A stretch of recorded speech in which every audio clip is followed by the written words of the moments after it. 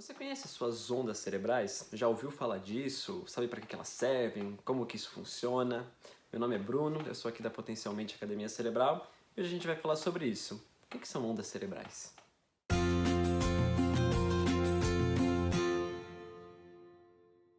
Bom, para a gente começar a falar sobre isso, a gente precisa lembrar que o cérebro ele funciona do ponto de vista elétrico, muitas vezes. Então, você tem potenciais de ação nos neurônios, neurônio, a célula fundamental do nosso sistema nervoso, do nosso cérebro, e esses neurônios eles carregam a informação elétrica, transmitem ela por meio de despolarizações, hiperpolarizações, né? A gente conhece aquele mecanismo da bomba de sódio e potássio, que vai fazer com que a informação elétrica percorra todo o neurônio e seja transmitida de um neurônio a outro, tá certo? Muitas vezes isso acontece dentro de circuitos cerebrais, circuitos neuronais responsáveis por desencadear um determinado sintoma, uma determinada emoção, um comportamento. Então a gente tem que ter bastante em mente que esse funcionamento elétrico ele muitas vezes é determinante para a forma como a gente se manifesta, a forma como a gente se expressa, se comporta. Tudo acontecendo aqui dentro do nosso cérebro.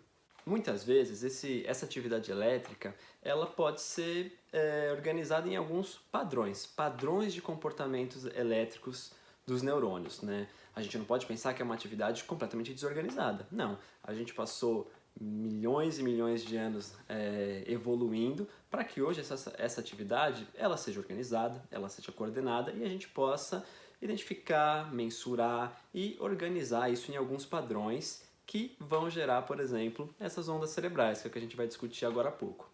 Esses padrões elétricos eles são identificados por meio de um exame de eletroencefalografia, um EEG, né, que a gente dispõe alguns sensores no escalpo da pessoa para realmente mapear essa atividade elétrica. Esses sensores eles vão medir a soma de todos esses potenciais de ação de um grupo de neurônios aqui disparando na região onde o sensor está colocado, né? Então milhões de neurônios ali, esses potenciais de ação somados, para captar essa atividade. Geralmente a gente mede em microvolts. Além do eletroencefalografia, nós temos também o eletroencefalografia quantitativo, que faz o quê? A mesma coisa, mede, mas também fornece para a gente padrões matemáticos diferentes de uma visualização só em ondas, só em gráficos. Se você acompanha a gente aqui, você sabe como isso funciona, as diferenças de uma eletroencefalografia para uma eletroencefalografia quantitativa. Bom, tendo apresentado esse funcionamento elétrico, esse funcionamento por padrões, a gente sabe que a gente consegue organizar isso e dar nomes a esses comportamentos elétricos. Como eu falei, o eletroencefalograma ele mede em uma localidade o grau de disparos, a amplitude de disparos de um grupo de neurônios ali daquela região. Isso faz com que ele apresente um comportamento oscilatório também. Oscilatório, onda. E o que é uma onda? A onda é um fenômeno físico que contém três características básicas, né? A amplitude dela, então pense numa onda assim. Essa medida vertical é a amplitude dela, né? Do ponto mais alto até o ponto mais baixo. O comprimento de onda, ou seja, aí você pega no recorte horizontal, quanto tempo demora para eu sair aqui desse comecinho, né? Descer até o vale, o ponto mais baixo, até o topo, o ponto mais alto e retornar nesse mesmo ponto intermediário. Isso aqui é um comprimento de onda. E o tempo que ela leva para percorrer, então, todo esse comprimento de onda é a frequência, tá certo? No nosso cérebro, a gente entende essa atividade neuronal como um padrão de ondas. Essas são as ondas cerebrais, né? E como que elas podem ser organizadas? A gente divide em 5 principais grupos, e eu vou falar sobre cada um agora. O primeiro grupo de ondas são as ondas delta. Essas são ondas bastante lentas do ponto de vista da velocidade mesmo do EEG, onde a gente mede. São ondas de meio até mais ou menos 4 Hz. O que isso significa? Que em 1 segundo essas ondas elas aparecem. Você tem, né, contando as ondas em 1 segundo, de meio a 4 comprimentos de onda, tá? Dentro de um intervalo de 1 segundo. Essa é uma onda gerada subcorticalmente, ou seja, abaixo do nosso córtex, geralmente em núcleos talâmicos, tá? E ela está muito relacionada a estados de sono profundo, inconsciência, né? No coma você tem uma atividade muito forte de ondas delta, tá? Por quê? Porque são ondas mais responsáveis pelas manutenções das funções vitais básicas, né? Você não está exigindo um processamento cognitivo superior e nem nada do tipo. São ondas bastante lentas, têm sua importância, nada que é ruim, nada que é indesejável, ela só tem que aparecer nos momentos certos. Então, mais relacionada a sono e ondas mais lentas, geradas então abaixo do córtex. O segundo grupo de ondas que a gente pode identificar são ondas θ, que são ondas aí que variam de 4 até mais ou menos 8 Hz. Então, recapitulando, são ondas que se você pegar um intervalo de tempo de 1 segundo, você vai contar ali de 4 a 8 comprimentos de onda. Essas são as ondas θ. As ondas θ, elas muitas vezes atuam como um intermediário entre uma atividade bastante lenta, na casa da delta, e uma atividade mais intermediária, que a gente vai falar daqui a pouquinho, no caso das ondas alfa. As ondas θ também são consideradas ondas lentas, estão presentes no sono, estão presentes em estados meditativos mais profundos, tá certo? As ondas θ, elas são muito importantes, por exemplo, para a criatividade, para associações. Então, na hipnose, por exemplo, é muito comum que se estimule a presença de ondas θ do ponto de vista elétrico do cérebro. O terceiro grupo, e um dos mais famosos, vamos dizer assim, é o das ondas alfa, que foram inclusive as primeiras ondas a serem descobertas, vamos dizer assim, pelo Hans Berger, quando ele inventou o aparelho de medir o EEG, a eletroencefalografia. Inclusive, por muito tempo, as ondas alfa elas foram chamadas de ritmo Berger, em homenagem ao Hans Berger, o inventor do EEG. Essas ondas, a gente entende que elas têm um papel inibitório. Como assim? São ondas que são geradas muitas vezes abaixo do córtex. Elas podem ser geradas corticalmente, principalmente nas regiões posteriores da cabeça, então lobo occipital, parietal, mais próximo aqui também do lobo occipital. E qual que é a função delas? Então, inibir respostas, inibir comportamentos, fazer com que o gasto de energia ele seja diminuído, mas que não gere um estado de inconsciência. Então você está consciente, mas você não está colocando exatamente foco, não está colocando exatamente concentração naquela tarefa.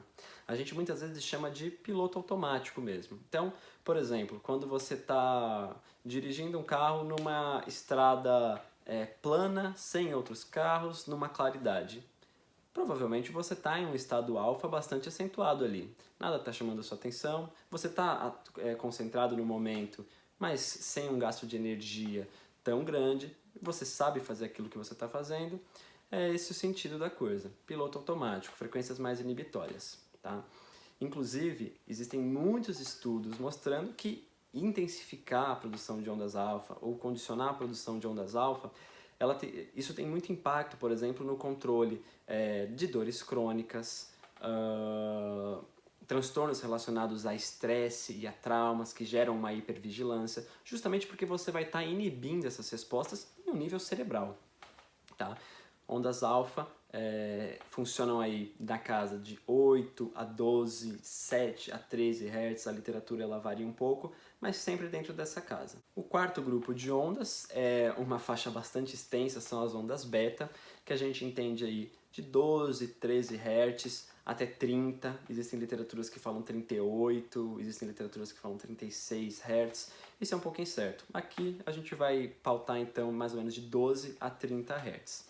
São ondas mais relacionadas a processos cognitivos superiores, então foco de atenção, vigilância, até faixas mais altas de beta que estão relacionadas à ansiedade, a uma hipervigilância, a uma inquietude, a uma hiperatividade. Como eu falei, não existem ondas que são sempre ruins. Tudo varia do lugar e da hora em onde ela aparece, tá? Então, quando você está estudando para uma prova ou quando você está se concentrando durante uma prática esportiva, é muito importante que você tenha ali ondas betas para que você esteja focado naquele momento, tendo um gasto de energia apropriado, uma ativação cerebral apropriada. Mas quando você está tentando dormir ou quando você está tentando se manter calmo, num estado relaxado, às vezes ondas beta, principalmente ondas que a gente chama de high beta, aí acima dos 20 Hz, elas podem estar te atrapalhando, principalmente gerando estados de vigilância excessiva, ansiedade mesmo. Essas ondas elas estão muito relacionadas a isso também. Quando aparecem em excesso, elas podem causar esses problemas. Por fim, o quinto grupo são as ondas gama, que são ondas acima da beta. Como eu disse, algumas literaturas colocam de 38 a 42 Hz, de 40 a 100 Hz. Isso varia bastante, mas são ondas bastante rápidas, com uma amplitude bastante pequena também. E elas acontecem de forma geral no EEG, espalhadas por todo o cérebro. Elas também são geradas subcorticalmente, ou seja, abaixo do nível do córtex. E ainda se sabe muito pouco sobre elas. Você tem muitos estudos relacionando com uma melhor performance cognitiva, então as ondas gama aparecendo aí para otimizar o processo de memória, o processo de atenção.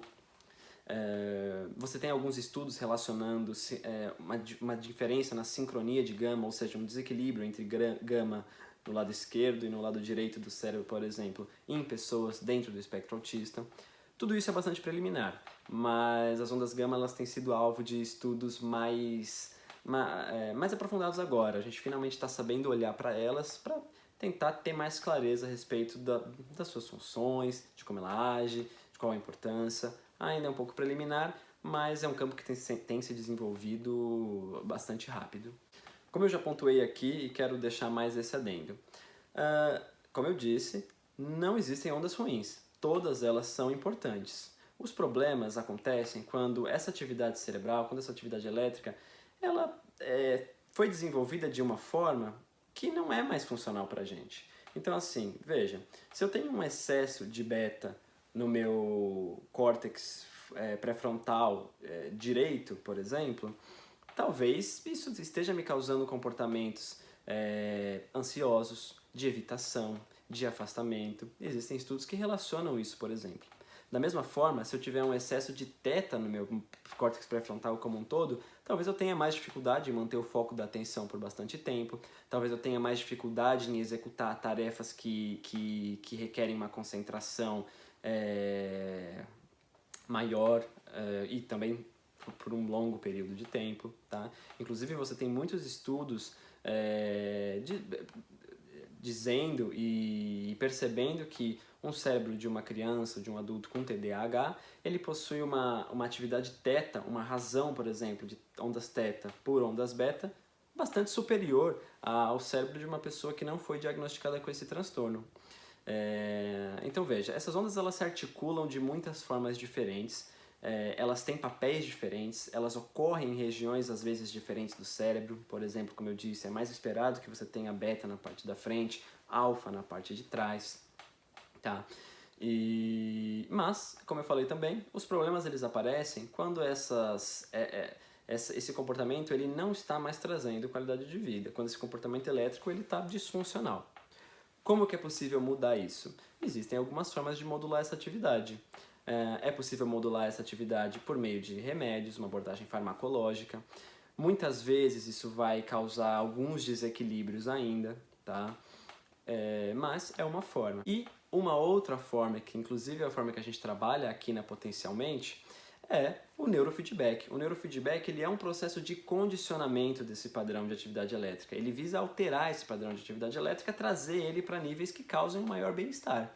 Então, por exemplo, vamos supor que eu tenho um excesso de atividade teta no meu lobo frontal. Perfeito. É aí que eu vou tratar dos exercícios de neurofeedback para alterar esse padrão de funcionamento. Então, eu recompenso, me dou recompensas visuais, auditivas, quando eu consigo superar esse excesso de teta, quando eu consigo gerar beta, por exemplo, na parte frontal. Lembrando também que todas as ondas elas estão em todos os lugares. Mas qual é a atividade predominante? Qual é a amplitude, ou seja, com que força essas ondas estão sendo ativadas em determinado lugar? Então, voltando ao exemplo das ondas teta. Eu tenho ondas beta também no meu lobo frontal. Quando eu estiver usando elas, aí eu vou recompensar essa atividade, seja conseguindo assistir a um vídeo mais claro, seja recebendo um estímulo sonoro. Quando volta a minha prevalência teta, eu não recebo nem recompensa nenhuma. É por meio desse processo de condicionamento que o cérebro vai dizendo: olha, eu estou sendo recompensado quando eu atinjo um funcionamento diferente, quando eu produzo ondas beta no meu lobo frontal. É isso que faz com que ele se adapte e passe por si mesmo a produzir essas ondas compensatórias, vamos dizer assim, até que ele realmente se reajuste, crie um novo hábito e passe a ter essa atividade como padrão, desenvolva um novo padrão de atividade elétrica. É por isso que o neurofeedback ele é muito efetivo em promover mudanças estruturais, mudanças reais, mudanças funcionais no cérebro.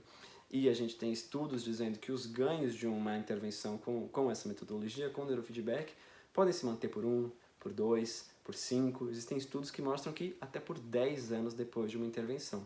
Espero que você tenha compreendido mais sobre o papel dessas ondas cerebrais. Se você gostou, deixa o seu curtir aqui, se inscreve no nosso canal ou nos siga nas redes sociais também, tá? Eu gosto muito de produzir esse conteúdo, eu gosto muito de estar aqui com vocês e é muito gratificante pra gente ver que vocês se engajam na discussão, que vocês curtem e compartilham esses vídeos, esses conteúdos todos, tá? Qualquer dúvida, deixa nos comentários, vou adorar responder e vou adorar conversar mais sobre isso com vocês, tá certo? Abraço e até o próximo vídeo.